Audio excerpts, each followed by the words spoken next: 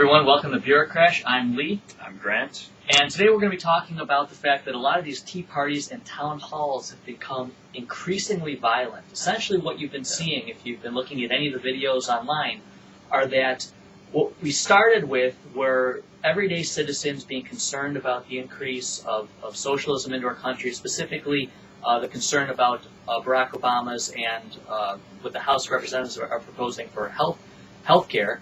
And now what you're seeing is that the SEIU has been called into town hall meetings to quote-unquote protect the politicians, I guess, from the free speech of the everyday citizens. Yep. And many of these events have actually become extremely violent. You've actually had, if you watch the videos, there are people that have had gone to the hospital because they were beat up. Why don't you?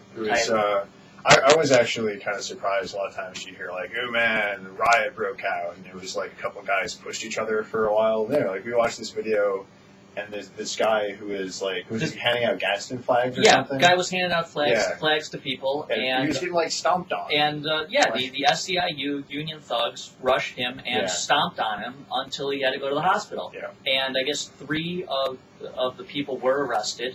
Yeah. But now if this was the reverse, and a black person was beat up by the crazy racist right wingers, you would see this all over the news without question all day long. Is there a problem with race in our society? But the question is this going to be on the full news cycle tonight?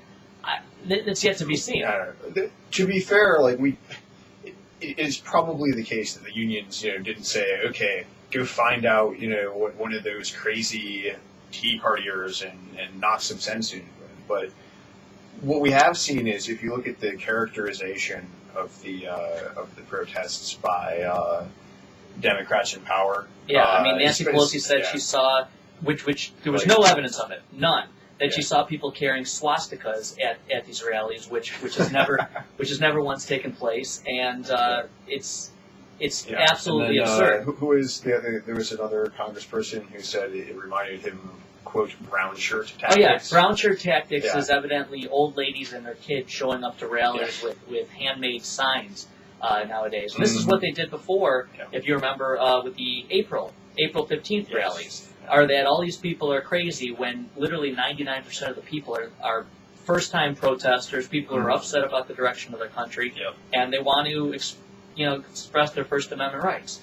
Yeah. So one thing I've been pushing on the Bureaucrash social site for a while now is there's this pamphlet called From Dictatorship to Democracy, and it outlines some of the really effective protest and nonviolent resistance tactics that you can use. So if you're looking to maybe get involved in some protests over the congressional break here, I would encourage you to check that out and talk to people on Bureaucrash Social, find out what people are doing, share ideas, and we can lick this thing, right?